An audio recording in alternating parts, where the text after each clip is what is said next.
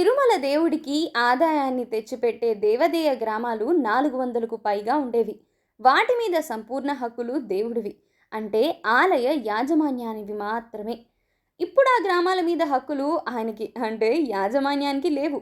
వాటి మీద వచ్చే ఆదాయాలలో వాటాలు లేవు. అనేక రాజులు, రాజ్య వ్యవస్థలోని అధికారులు తిరుమల శ్రీనివాసుడి మీద భక్తితో సమర్పించిన ఆ దేవదేయ గ్రామాలు ఆలయ యాజమాన్య నియంత్రణలోంచి ఎలా జారిపోయాయి, ఎవరి చేతుల్లోకి వెళ్ళిపోయాయి అన్నది తెలుసుకోవాలనంటే పూర్తి వీడియోని స్కిప్ చేయకుండా చూడండి. నమస్కారం, మీ మా ఊరి కథలకు స్వాగతం. తిరుమల కథలు 101వ ఎపిసోడ్కు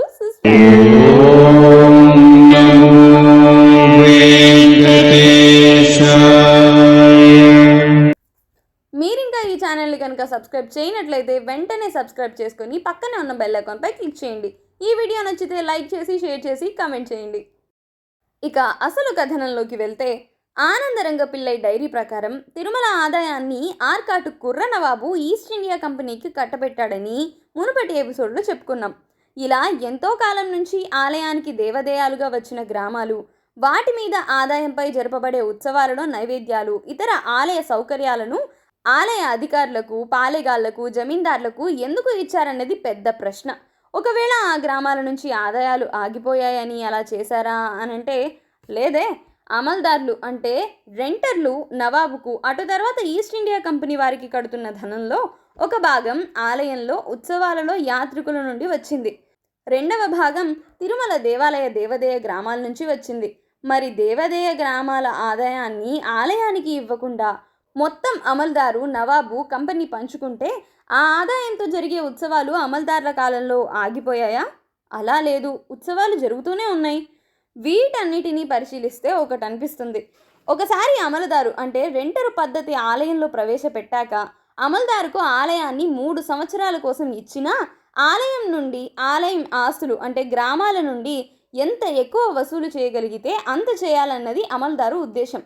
దానికి నవాబు అండదండలు తప్పక ఉంటాయి. ఎందుకంటే దీనివల్ల నవాబు ఆదాయం పెరిగే అవకాశం ఉంది కనుక. అమలుదారు ప్రయత్నం అంతా ఆలయంలో ఖర్చులు తగ్గించడానికి, ఆదాయం పెంచడానికేనని మనం చెప్పుకున్నాం.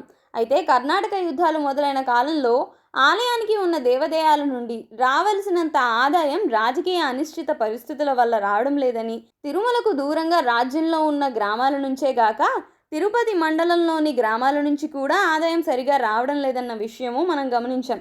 అలా ఆదాయం రాకపోవడానికి కారణాలు ఆలోచిస్తే, పంటలు సరిగ్గా పండకపోయి ఉండాలి, నీటి వనరులు పాడైపోయి నీరు పంటలకు సరిగ్గా అందకపోయి ఉండాలి, నీటి వనరులు కొత్తగా అభివృద్ధి చేయకున్నా ఉన్న వాటికి ప్రతి ఏటా చేసే మరమ్మతులు కూడా జరపకుండా ఉండాలి, కరువు, క్షామం వచ్చి ఉండాలి, లేదా పంటలు సరిగ్గా పండినా రైతులు రాజుకో ఆలయానికో ఇవ్వవలసిన మేలవరం భాగం సక్రమంగా ఇవ్వకుండా ఉండాలి, లేదా గ్రామాధికారులకు రైతులు ఇచ్చినా వారు ఆలయాలకు ఆ సొమ్ము చెల్లించకుండా మధ్యలో మింగేసి ఉండాలి. అలా ఎందుకు ఆలయాలకు వారు సొమ్ము పంపలేదని అడిగే రాజు గాని, వారి తరపు వ్యవస్థ గాని దెబ్బతిని ఉండాలి. ఆలయం తరపున గ్రామాలకు వెళ్ళి వసూలు చేసే సౌలభ్యాలు లేకపోయి ఉండాలి. ఉన్న వారి మాటని గ్రామాధికారులు, రాజ్యాధికారులు లెక్క చేయకుండా ఉండాలి. ఇలా ఏ ఒక్క విషయంలో లోపం ఉన్నా ఆదాయానికి ఇబ్బందే. కారణాలు ఎక్కువైన కొద్దీ మరీ ఇబ్బంది. పూర్వం విజయనగర రాజులు దేవదేయాలు చేసింది భక్తితో, వారికి వచ్చే పన్నులు కూడా మాఫీ చేసింది ఆలయానికి ఎక్కువ నిధులు రావాలని. వారి గ్రామాధికారులే గ్రామాల్లో దేవదేయాల లెక్కలు చూసి ప్రతి సంవత్సరం దేవాలయానికి వారి గ్రామం తరపున సొమ్ము పంపడమే కాక ఆ పంపిన సంగతి అధికారుల ద్వారా రాజుకు వర్తమానం వెళ్ళేది. రాజన్నా, రాజశాసనమన్నా, వాటిని అమలుపరిచే అధికారులన్నా అందరికీ గౌరవము, భయము ఉండేవి. ఏమాత్రం పొరపాటు జరిగినా శిక్షలు కఠినం. అందుకే రైతుల నుండి, గ్రామాధికారుల నుండి, రాజ్యాధికారుల నుండి ఆలయ అధికారుల వరకు వారి వారి కర్తవ్య పాలన సక్రమంగా చేసేవారు.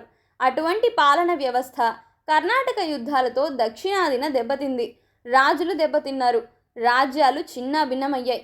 ఎప్పుడు యుద్ధాలే. ఒకవైపు కర్ణాటక నవాబులు, ఇంకొక వైపు దక్కన సుల్తానులు, మధ్య నేరుగా ఢిల్లీ సుల్తానులు, వీరికి తోడు మరాఠా దండులు.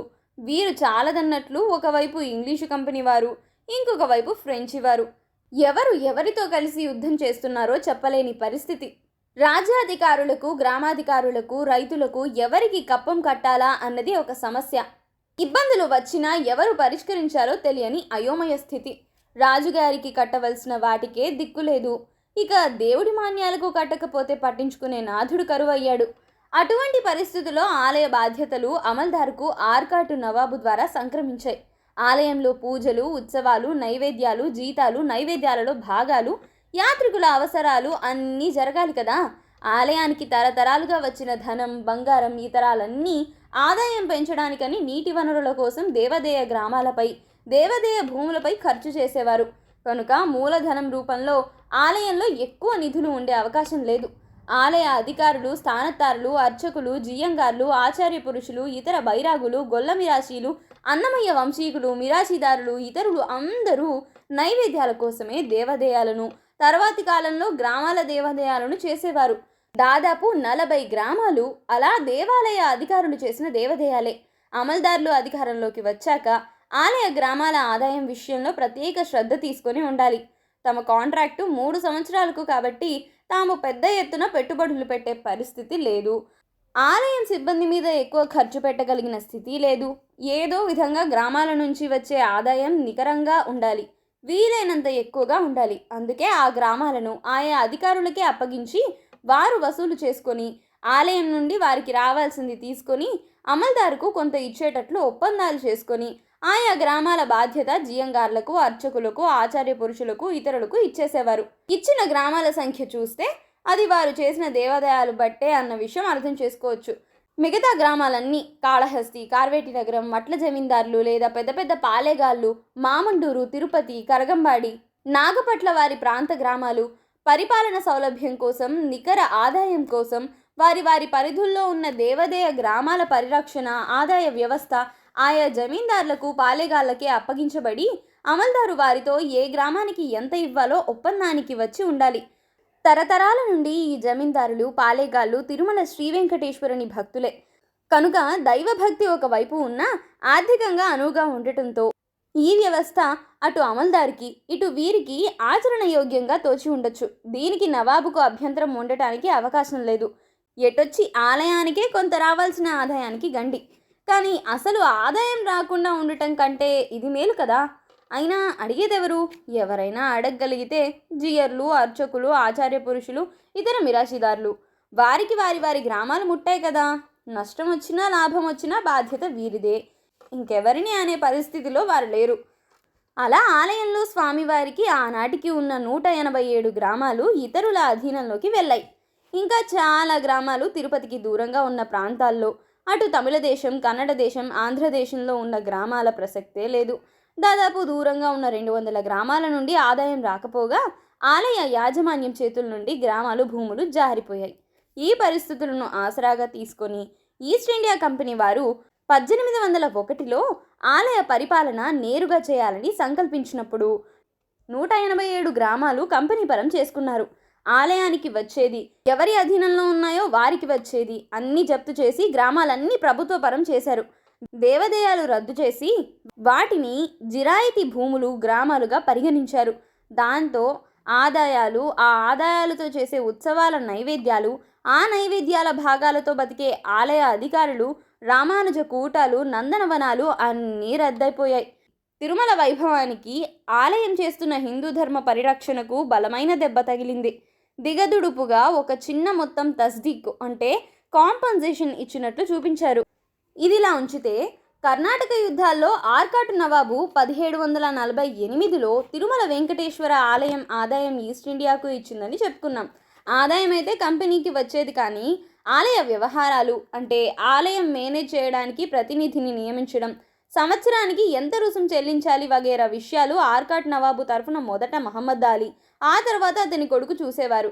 వీరిద్దరూ చనిపోయిన తర్వాత మహమ్మద్ అలీ రెండవ కొడుకుతో కంపెనీ వారు జూలై 1801 సంవత్సరంలో ఒక ఒప్పందానికి వచ్చారు. కర్ణాటక ప్రాంతం అంతా కంపెనీ పాలనకు వచ్చేటట్లు, వచ్చే ఆదాయంలో 5వ భాగం ఈ రెండవ కొడుకు అజీద్ ఉల్ ఉమరాకు కంపెనీ ఇచ్చేటట్లు. అలా కర్ణాటక రాజ్య పరిపాలన అంతా కంపెనీ వారికి సంక్రమించింది. దాంతోపాటు ఆలయాలు, వాటి పరిపాలన, ఆలయ గ్రామాలు, భూములు, వాటికిచ్చిన శిస్తు మాఫీలు అన్నీ కంపెనీ వారే అధీనమయ్యాయి. అంతవరకు అంటే 7వ శతాబ్దం నుండి 18వ శతాబ్దం వరకు రాజులు, సామంతులు, మంత్రులు, సైన్యాధిపతులు, ఇతర భక్తులు అందరూ దేవాలయాలకు ఇచ్చిన దేవాదాయ గ్రామాలు, భూములు అన్నీ కంపెనీపరమైనవి.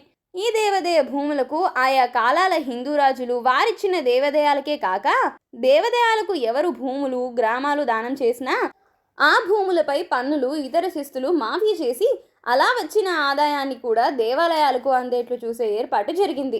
కానీ కంపెనీ వారి పాలనలో మామూలు ప్రభుత్వ గ్రామాలకు, దేవాదాయ గ్రామాలకు, స్తోత్రీయ గ్రామాలకు ఏమి తేడా చూపలేదు. ఆలయాల్లో అర్చకులు, వేద పండితులు, జియంగార్లు, ఆచార్య పురుషులు, కవులు, జ్యోతిష్కులు, సంగీతకారులు, ఇతర కళాకారులకు కూడా రాజులు స్తోత్రియాలు, ఈనాములు, గ్రామాలు, భూములు ఇచ్చే సంప్రదాయం ఉన్నా కంపెనీ వారు వీటిని ఏమీ లెక్క చేయకుండా దక్షిణ భారతదేశంలో ఆలయ వ్యవస్థకు, ప్రాచీన వేదశాస్త్ర, సాహిత్య, సాంస్కృతిక కళా వ్యవస్థకు పెద్ద దెబ్బ కొట్టారు. ఒక్క దెబ్బతో ఈ గ్రామాల భూముల ఆదాయంతో నడపబడే దేవాలయాలు, అర్చకులు, దేవాలయం సిబ్బంది జీతభత్యాలు, స్థాపించబడిన ఉత్సవాలు, నైవేద్యాలు, ఇతర వైభవాలు అన్నీ ఆపివేసే పరిస్థితి ఏర్పడింది. అలా ప్రతిరోజు జరిగే నైవేద్య వితరణ ఆగిపోవడంతో ఆ ప్రసాదాల మీద ఆధారపడే అర్చకులు, మిరాసిదారులు, ఆస్థాన పురుషులు, వాగ్గేయకారులు, ఆలయ ధర్మకర్తలు, ఆలయ సిబ్బంది అందరికీ తినడానికి భుక్తికి కూడా లేకుండా పోయింది. వాటి మీద ఆధారపడే ధర్మశాలలు, నందనవనాలు, అన్నసత్రాలు, రామానుజ కూటాలు అన్నీ మూతపడే పరిస్థితి వచ్చింది. చాలా వైభవంగా ఇంతవరకు నడిచే దేవాలయాలలో దీపం పెట్టి నైవేద్యం చేయడానికి కూడా అవకాశం లేని పరిస్థితి ఏర్పడింది. తిరుమల శ్రీ వెంకటేశ్వర స్వామి ఆలయ విషయానికి వస్తే ఆలయ రికార్డుల ప్రకారం ఆలయానికి 187 గ్రామాలు ఉండేవి. ఇవన్నీ దేవాలయాలుగా వచ్చినవి. విజయనగర సామ్రాజ్య పతనం తర్వాత కాలంలో మనకే శిలాశాసనాలు దొరకలేదు, ఆలయం రికార్డులు లేవు. కంపెనీ వారు ఆలయాన్ని 1801లో తీసుకోవడానికి పూర్వం 50 సంవత్సరాల కాలంలో ఈ దేవాదాయ భూములు, గ్రామాలు కొన్ని ఆలయ అర్చకులకు, కొన్ని జియంగార్లకు, కొన్ని ఆచార్య పురుషులకు, గొల్లమిరాశికి, వేద పండితులకు, ఆలయ సిబ్బందికి కొంత తక్కువ ఆదాయానికి ఇచ్చినట్లు తెలుస్తోంది. ఈ విషయాలు మెకంజీ తయారు చేసిన తిరుపతి కైఫియత్లో చాలా విపులంగా ఇవ్వబడ్డాయి. ఉదాహరణకు నాగపట్ల పాలేగారికి 34 గ్రామాలు ఇస్తే జియంగార్లకు అంటే పెద్ద జియ్యరు, చిన్న జియ్యర్లకు 2 గ్రామాలు వెళ్ళాయి. లభ్యమైన సమాచారం బట్టి ఒక్క గ్రామమే ఆలయం అధీనంలో ఉన్నట్లు ఉంది. పాలేగార్లకు, జమీందార్లకు కూడా ఈ గ్రామాలు ఇచ్చింది. ఎందుకంటే గ్రామాల్లో ఉన్న ఆలయాల రక్షణకు తిరుపతికి రక్షకులు కావాలంటే పంపటానికి. తిరుపతి కాలిబాటలో మామండూరు మిట్ట అని ఉంది. మామండూరు పాలేగారు ఇక్కడ రక్షక భటులను పెట్టేవాడు. ఈ మామండూరు మిట్ట అన్నది 7వ మైలు దగ్గర 1980లో పివిఆర్కే ప్రసాద్ గారు ఈఓగా ఉన్నప్పుడు 18 అడుగుల ప్రసన్న ఆంజనేయ స్వామి విగ్రహం కట్టించిన చోటు. శ్రీ విఎన్ శ్రీనివాస్ గారి పుస్తకంలో ఒక ఆసక్తికరమైన విషయం ఉంది.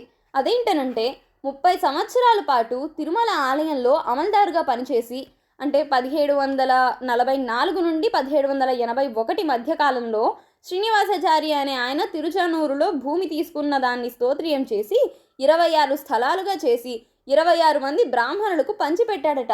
అది 1755లో జరిగి ఉండాలి. తర్వాత 1778లో మహమ్మద్ అలీ దగ్గర రెవెన్యూ మంత్రిగా పనిచేసిన రాజా బీరబవరాయజీ తమ అధీనంలోని గ్రామాల్లో కావిలి అంటే ఒక రకమైన పన్ను వసూలు చేసి 26 ఇళ్లు కట్టించి బ్రాహ్మణులకు ఇచ్చాడట. మనం అది వరకు చూసిన దాన్ని బట్టి తిరుచానూరులో మొదట శుకాచారి 108 ఇళ్లు కట్టించినట్లు పురాణంలో ఉంది.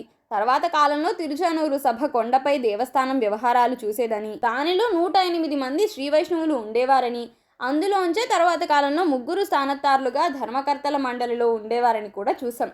మహమ్మదీయుల దండయాత్ర కాలంలో తిరుచానూరులోని 108 ఇళ్లలో 26 తగ్గి ఉండొచ్చు. వీటిని పూరించడానికి ఆ అగ్రహారం తయారు చేయించి ఉండొచ్చని చరిత్రకారుల ఉద్దేశం. ఇదన్నమాట అసలు సంగతి. ఇలా స్వామివారి నుండి ఇన్ని గ్రామాలు చేజారిపోయాయి. తిరుమల తిరుపతి దేవస్థానాలకు సంబంధించినటువంటి మరికొన్ని ఆసక్తికరమైన విశేషాలతో వచ్చే వారం మళ్ళీ మీ ముందుంటాను. అంతవరకు సెలవు మరి.